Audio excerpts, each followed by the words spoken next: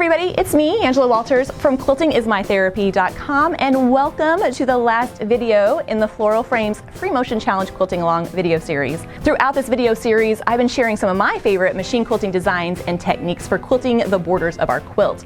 We also moved on to quilting those beautiful flowers in the panel, and now we're going to wrap up the video series with the very center of the quilt, where we're going to talk about creating motifs or really drawing attention to a particular area. The designs and ideas I'm going to show you in this video work great in bigger areas, from geometric dot-to-dot motifs to beautiful bouquets of flowers. I'm going to give you some different options for handling this area of your quilt. I'm also going to show you how to do it on a sewing machine and a long arm, so let's get to it. To draw attention to the beautiful center of our panel, we can do a couple things. We could incorporate a motif, or I could pull out a design element from another area of the quilt to pull it all together. For the first example, I'm going to mark some reference lines on my panel to help with building that motif. Using the stencil, I'm going to find the center of my area. Then I'll mark out a center square and build up my design off of that. I'm basically going to break this up into smaller chunks and fill them in with different designs to give it some interest and texture. I'm going to start by quilting a square in the center of that area.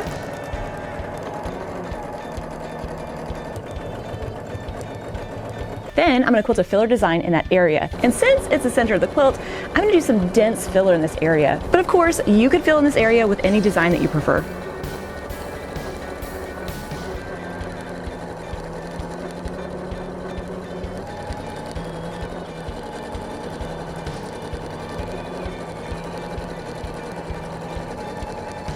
Once I filled in that area, I'm going to use a little bit of echoing to help separate that from the rest of the quilting.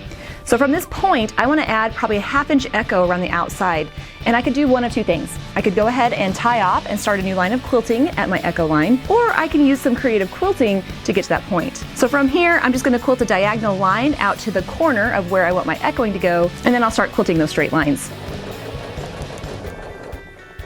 That diagonal line helps get me to the next step so that I can continue on with my quilting without having to start a new line of quilting. But since I've done that in one corner, I'm going to do that in all the corners so that it looks intentional. Quilting a line that angles to that next corner and back. And I'm going to work my way around, coming back to my starting point.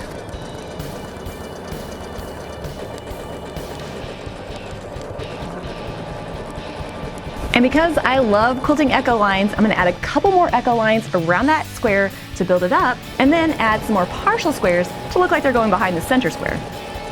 And just to change it up a bit, I'll make the next echo line a little closer together and the next one a little bit further apart. If you really want the quilting in the center of your quilt to show up, you can use a contrasting thread like I am. However, for a more subtle, textured look for your quilting, using a thread color that matches the fabric in the background will help with that. So if you bought the coordinating thread collection, you can either go crazy with the dark blue, a little bit softer with the gold, or for something that blends in completely, go with the pale mist.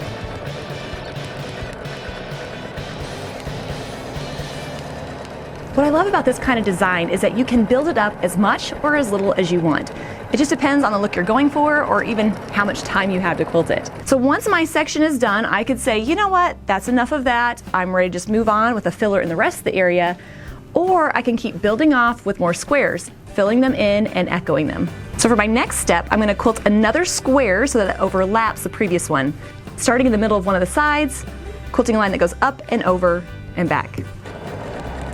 I'm using those registration lines in the previous quilting to help position my squares, but if it makes it more comfortable for you, you could actually mark out the whole design and then quilt it.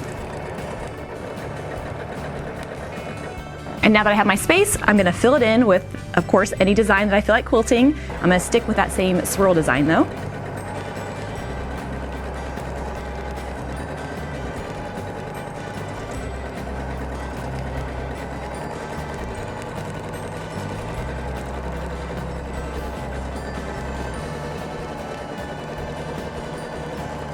And then just as I did with the previous square, I'm going to add some echo lines and then repeat on the other side. And even if this design isn't completely perfect or identical all the way around, as long as it's symmetrical, it's going to look good. Plus, I know that when I put more echo lines and filler around it and fill in the rest of the area, it's going to look great. Now, I like quilting with a ruler because it helps me get those nice straight-ish lines. But I also love using those reference lines to help place my designs, measure and finding the center of other areas, It's just a nice handy tool to use when quilting.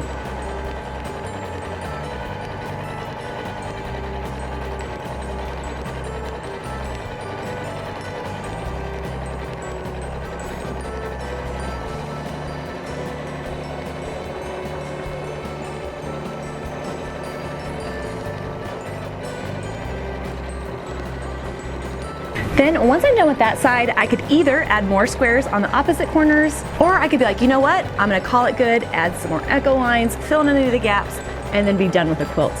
Either way, it's totally up to you. But what I love about this technique is just by taking simple shapes like squares and filling them in and echoing them, I can create a custom looking motif that goes together pretty quickly and pretty easily. Now if you want something a little curvier, something a little more floral for the center of your quilt, I could quilt some of those flowers that I've used in other areas of the quilt, but putting them in the center, quilting them a little bit bigger, will create a wow factor, a centerpiece for our quilt. So let's look at that on the long arm. I'm going to start by quilting a couple of flowers in the center of my area. To really help them stand out from the filler that I'm going to put around them, I'm using a contrasting thread color, although you could still get that great effect with a thread color that matches the background fabric.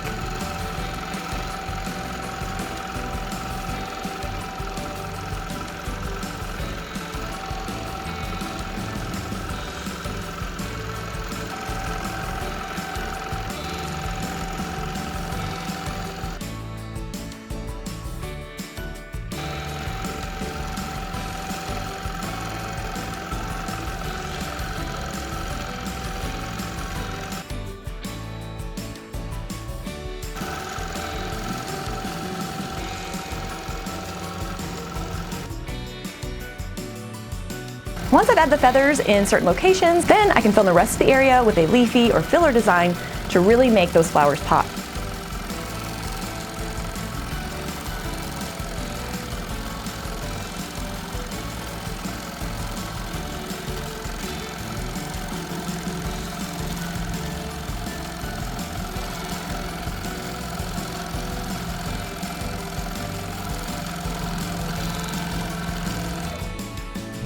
But ultimately though, I love how you can create wow effects for your quilt using simple shapes or designs we've already seen other places in the quilt. What I really love about the designs in this video is you can make them as complex or as simple as you want. All right, now it's your turn. If you're quilting along with me on the custom panel that I designed for the challenge, fill in the rest of the area with the designs of your choice. Of course, you can use the motifs I've showed you in the video or come up with your own variations. It's totally up to you. And as always, you can check out the free downloadable quilting diagrams and tip sheets that will show you how to quilt the design. I just want to make sure that you're successful with the designs that we're learning through this video series. And even though we're wrapping up the video series, it's not too late to quilt along with me. You can still get the panel or the coordinating products I designed for the series, and you can watch any of the videos whenever it's convenient for you. But I'll be back with one last video in the series, a bonus video where we're going to talk about quilting the optional border strips for our panel. Until then, everybody, happy quilting.